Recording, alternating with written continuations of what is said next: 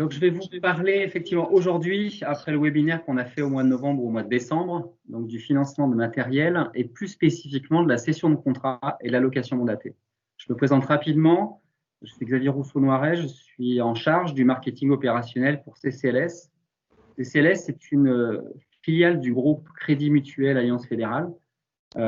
C'est la filiale qui est spécialisée dans le financement des ventes, qui travaille exclusivement avec des distributeurs sur des marchés aussi divers que le BTP, la manutention, le transport, la bureautique, l'informatique.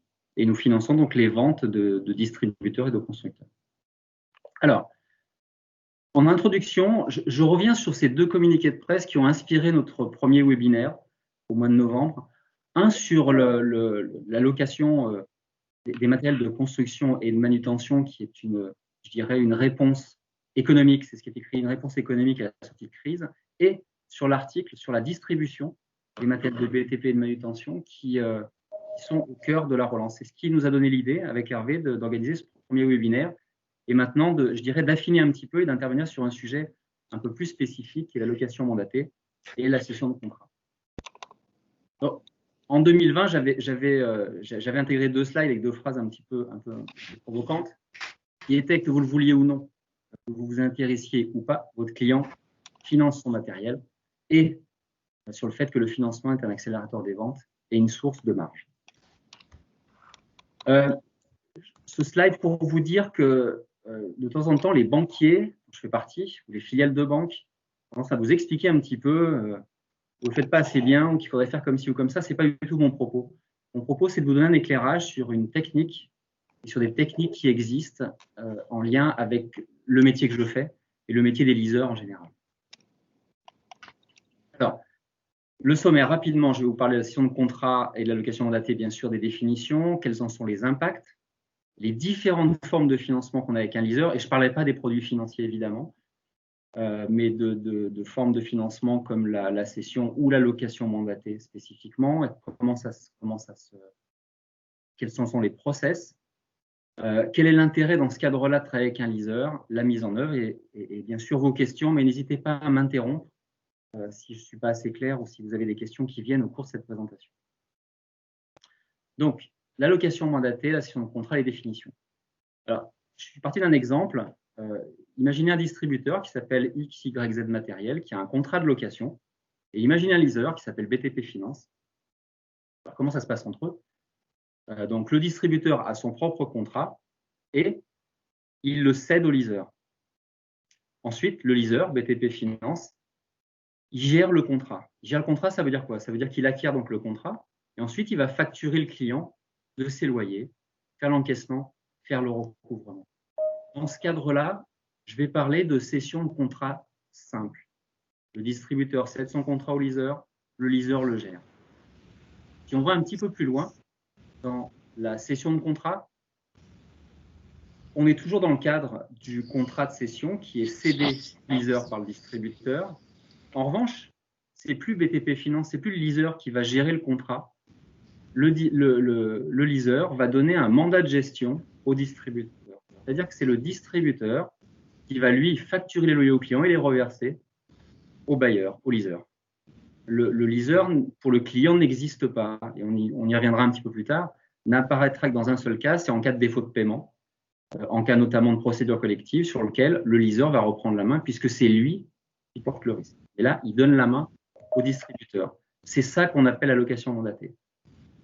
J'appelle souvent ça, la location mandatée, c'est la forme ultime de la cession de contrat, la forme la plus aboutie. Alors, quels impacts? Alors, quand vous intégrez le financement longue durée, puisqu'on parle de longue durée, sur de la courte durée, les leasers n'ont pas de solution, enfin, pas en tout cas pour l'instant. Quand vous intégrez cette stratégie, le financement dans votre stratégie commerciale, et en gros, il y a deux grandes options possibles. La première, c'est vous travaillez avec un leaser. Donc, vous êtes le distributeur, vous cédez, enfin, vous vendez le matériel au leaser fait signer un contrat au client, il prélève les loyers au client et vous a reversé à la mise en place du contrat le montant du prix de vente. Ou alors, vous portez le financement du client. Donc, via de la levée de fonds, via ce qu'on appelle le crédit bail adossé, vous êtes l'unique interlocuteur du client, c'est votre propre contrat et vous le portez, sans l'aide d'un bailleur ou d'un leaser. C'est ce que j'appellerais le financement sur fonds propres. Donc, le financement sur fonds propres, il a 3 impacts principaux. Le premier, c'est que le distributeur qui travaille sur fonds propres porte les encours. Il travaille en crédit bail adossé, il a un contrat de crédit bail avec un établissement bancaire, donc il porte l'encours. La deuxième chose, c'est qu'il porte le risque. Il porte le risque parce que c'est son propre contrat. En cas d'impayé ou en cas de procédure collective, s'il y a une perte, c'est le distributeur qui passe une perte dans ses coûts. Le troisième impact, qui est, je dirais, un peu accessoire, qui repose sur le fait que quand vous travaillez sur fonds propres, vous pouvez légalement proposer exclusivement un produit locatif et de la location pure. En aucun cas, vous ne pouvez proposer de la LOA, la location avec option d'achat, ou une formule de crédit bail. Tout ce qui fait référence à une valeur de rachat, alors je sais que ça se pratique sur le marché, mais tout ce qui fait référence à une option d'achat sur un contrat de location, l'apparente à du crédit bail. Et pour ça, il faut une licence de banque. Donc, en résumé, les impacts, c'est quoi? Quand vous financez sur fonds propres, portez les encours, le risque et vous travaillez exclusivement en location financière. Le fait de travailler via un leaser, c'est le leaser à ce moment-là, et j'y reviendrai un peu plus dans le détail, qui porte les encours, porte le risque, et qui peut vous offrir, au-delà de la location, via ses propres contrats, évidemment, du crédit bail et la location d'option d'achat, si le client en fait la demande. Alors, quelles sont les différentes formes de financement avec un leaser? Et là, comme je vous l'ai dit, je ne vais pas vous parler des différents produits financiers, location financière, crédit bail. La solution la plus simple qui existe quand on travaille avec un leaser, alors je reprends mes exemples, mon distributeur, XYZ Matériel, et mon leaser, BTP Finance, quand XYZ travaille sur la documentation du leaser, c'est-à-dire qu'il prend le contrat de BNP, de l'XBuy, de CCLS, et il le fait signer à son client, qu'est-ce qui se passe? Donc, le distributeur fait signer le contrat de financement, donc location financière, crédit bail à son client. Ensuite, il facture le matériel au leaser qui lui règle le montant du matériel. Et ensuite, le leaser, lui, gère le contrat, donc facture les loyers au client et encaisse les loyers. Quand on passe en cession de contrat simple, donc, le process est strictement le même, à 2 exceptions. La première, c'est que ce n'est pas le contrat du leaser que le distributeur signe avec le client, c'est son propre contrat. Et donc, il le cède au leaser qui en prend possession et qui, lui, va continuer, comme dans le cadre d'un contrat qui est fait sur sa propre liasse, va facturer les loyers au client et encaisser les loyers.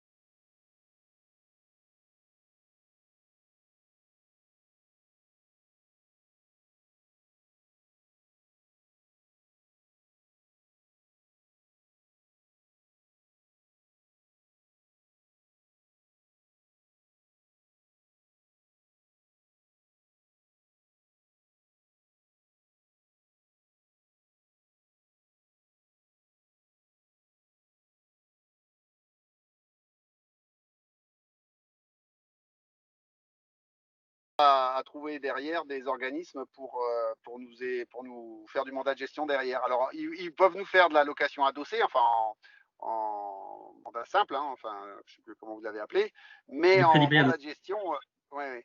Mais en mandat de gestion, on a un peu de mal. Alors, je ne sais pas si c'est que c'est interdit ou c'est qu'ils ne veulent pas ou quel est le problème, mais c'est un peu compliqué. Ils vous ont pas expliqué? Non, j'ai du mal à avoir des explications claires. Ouais. Alors, on a des spécialistes chez nous du marché public. Je peux, moi, alors pas tout de suite, mais dans les jours qui viennent, revenir vers vous pour vous donner quelques éléments d'explication, si vous le Oui, souhaitez. bah, avec plaisir. Xavier, je suis même preneur d'une note qu'on peut diffuser, hein, s'il faut. Ouais. J'ai une question, si personne prend la parole. Arnaud Etienne demande quelles marges sont possibles en passant par un liseur via cession de contrat ou mandaté. Quelles marges sont possibles? En passant par un liseur via cession de contrat ou mandaté. Alors, on parle de. Est-ce qu'on parle de marge commerciale? Ou est-ce qu'on parle de. On va demander à Arnaud Etienne qui prenne la parole, non? Monsieur Etienne, il vous suffit juste d'activer votre micro. Alors, c'est pas Monsieur Etienne, c'est Monsieur Arafano. Ah, autant je suis connecté à son poste. Donc, à dormir l'intention, bonjour à tous. Ce que j'ai pu comprendre de votre présentation, c'est qu'effectivement, on a la possibilité d'avoir une liaison directe avec le client, de gérer du risque sur le parc, les encours. Vous avez, dans votre introduction, parlé effectivement de marge qu'on pouvait éventuellement faire en utilisant ce genre de solution-là. Et là, dans votre présentation, je ne vois pas trop quelles sont les marges qu'on peut développer en utilisant ce type de financement, hormis se rajouter des gestions de contrats, en fait. Alors, de marge, vous parlez de marge commerciale? Oui, de marge commerciale, effectivement. Ouais. Alors, quand vous êtes en… alors, premier cas, il faut se rapprocher de ce qui peut se faire avec un liseur standard. Avec un liseur standard, vous prenez CLS, vous l'assignez, il vous règle le matériel avec votre marge. Bon, voilà. Mais là, déjà, vous pouvez déjà travailler les marges parce qu'en travaillant en location financière, par exemple, en location financière, ça permet… Alors, les choses sont faciles à dire, un peu plus difficiles à mettre en œuvre, mais en tout cas, c'est le cas, peuvent offrir le fait de dire je vais négocier avec mon client un loyer et ensuite, par exemple, par justement ce loyer, par une valeur de rachat qui sera un peu plus importante, je vais pouvoir avoir un prix de vente un peu plus élevé. En étant en location financière, le client final, le locataire ne connaît pas le prix de vente, donc vous pouvez faire varier votre prix de vente sur ces bases-là. Une autre chose aussi, c'est que vous pouvez aussi négocier avec le liseur des conditions un peu plus favorables qui permettent de développer votre marge. Ensuite, quand on compare ce qui se fait en… Donc ça peut être le cas ensuite en cession, en location mandatée, c'est exactement la même chose. Maintenant, effectivement, on va comparer deux systèmes qui sont fondamentalement différents. Quand vous louez le matériel sur fonds propres, j'imagine que vous financez votre matériel, enfin, pas tout le temps le cas, mais souvent le cas, sur la base du prix d'acquisition du matériel, et puis vous générez votre marge, comme un liseur d'ailleurs, au fur et à mesure des loyers, au regard de l'amortissement que vous passez dans vos livres sur le matériel que vous financez. Là, il n'y a plus de marge sur les loyers, la marge se fait à l'entrée, sur le prix de vente. D'accord, donc ça se fait sur le montage du contrat et le reversement effectué par le liseur. Oui. D'accord. Il n'y a pas de marge supplémentaire liée à la gestion du contrat ou de choses comme ça, ou de services associés qu'on pourrait mettre en œuvre. Alors, vous pouvez le faire quand vous êtes en location. Quand vous êtes en location, en train de réfléchir en même temps, quand vous êtes en location mandatée, vous pouvez prélever des loyers, je dirais, un peu plus importants aux clients, ce qui permet de générer une marge derrière. Vous pouvez. Bon, après, il y a des systèmes avec un liseur, vous allez pouvoir trouver j'ai évoqué le sujet rapidement, des commissionnements. C'est une chose qui peut se faire aussi. C'est-à-dire qu'un liseur peut vous dire, je vous donne 0,25, 0,5, 1% de commission sur les dossiers qu'on finance ou sur le volume. C'est une source de marge aussi. D'accord, merci. Xavier, une autre question. Oui. Est-il possible de mettre en place des mandats de gestion avec des clients européens, entre parenthèses, Andorre par exemple? Alors, on est dans l'Europe, mais on reste quand même d'un point de vue juridique très franco-français. C'est-à-dire que si on est en location mandatée et qu'on a un client étranger, je ne crois pas, mais c'est pareil, je reviendrai vers vous. Je ne sais pas si la location mandatée, enfin du moins la cession de contrat permet ce type de choses. La cession de contrat, je ne pense pas de manière simple, donc je pense que la location mandatée, non. Pourquoi? La difficulté des banquiers, c'est la différence de droit, tout simplement, d'un pays à l'autre, et qui ne s'appliquent pas de la même façon, qui ne sont pas les mêmes d'ailleurs, et qui ne s'appliquent pas de la même façon. Sans parler de tout l'aspect recouvrement qui peut venir derrière aussi, évidemment. Mais je poserai la question, mais selon moi, non. Ok. Je n'ai pas d'autres questions écrites. Quelqu'un souhaite prendre la parole? Oui, bonjour, Emmanuel Mezaroba, l'île de la Réunion. Je ne sais pas si vous m'entendez. Très bien. Alors, je voulais savoir si vous travaillez avec les DOM-TOM. Donc, nous, on est basé à La Réunion et à Mayotte. Est-ce que c'est des choses qui sont envisageables ou vous êtes vraiment focalisé sur la France métropolitaine? Alors, pour ce qui est là, je ne peux pas parler de l'ensemble des bailleurs parce que je n'ai pas la connaissance de l'ensemble des bailleurs et de leur secteur géographique. Pour ce qui est de CCLS travaille exclusivement sur la métropole. En revanche, on a via le Crédit Mutuel des filiales, enfin des caisses ou des agences qui se situent dans les dom-toms. Je ne sais pas dans quelle mesure ils peuvent intervenir, mais on peut regarder ce point-là aussi si vous le souhaitez.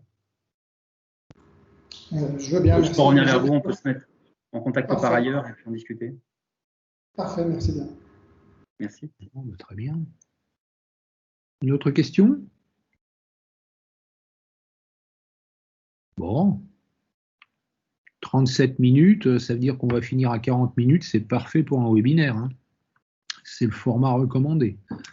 Donc, Xavier, sur ce que je vous ai demandé tout à l'heure, s'il est possible d'avoir un petit texte écrit, cette notion de note qu'on pourrait diffuser sous votre signature, bien sûr, ce serait très bien. Certains m'ont redemandé vos coordonnées, n'hésitez pas, je les ai envoyées à certains d'entre vous, n'hésitez pas, je vous passerai toutes les coordonnées de Xavier avec son numéro de portable, adresse mail, etc. Et puis, surtout, si vous venez des questions par la suite, vous me les envoyez, on fera suivre et Xavier, si vous permettez, Xavier, je parle pour vous, vous répondra. Ok, j'espère en tout cas avoir été clair et vous avoir intéressé. En tout cas, n'hésitez pas à me poser des questions. Je ne suis pas là, enfin, je le dis tout le temps, mais je ne suis pas là forcément au nom de CCLS, même si je suis de CCLS. Je suis là pour donner un éclairage sur ce qui peut se passer sur un marché, notre vision un peu de spécialiste de la question. Mais n'hésitez pas à m'appeler. Effectivement, Hervé peut communiquer, mon portable, mon adresse mail. Je vous répondrai avec plaisir.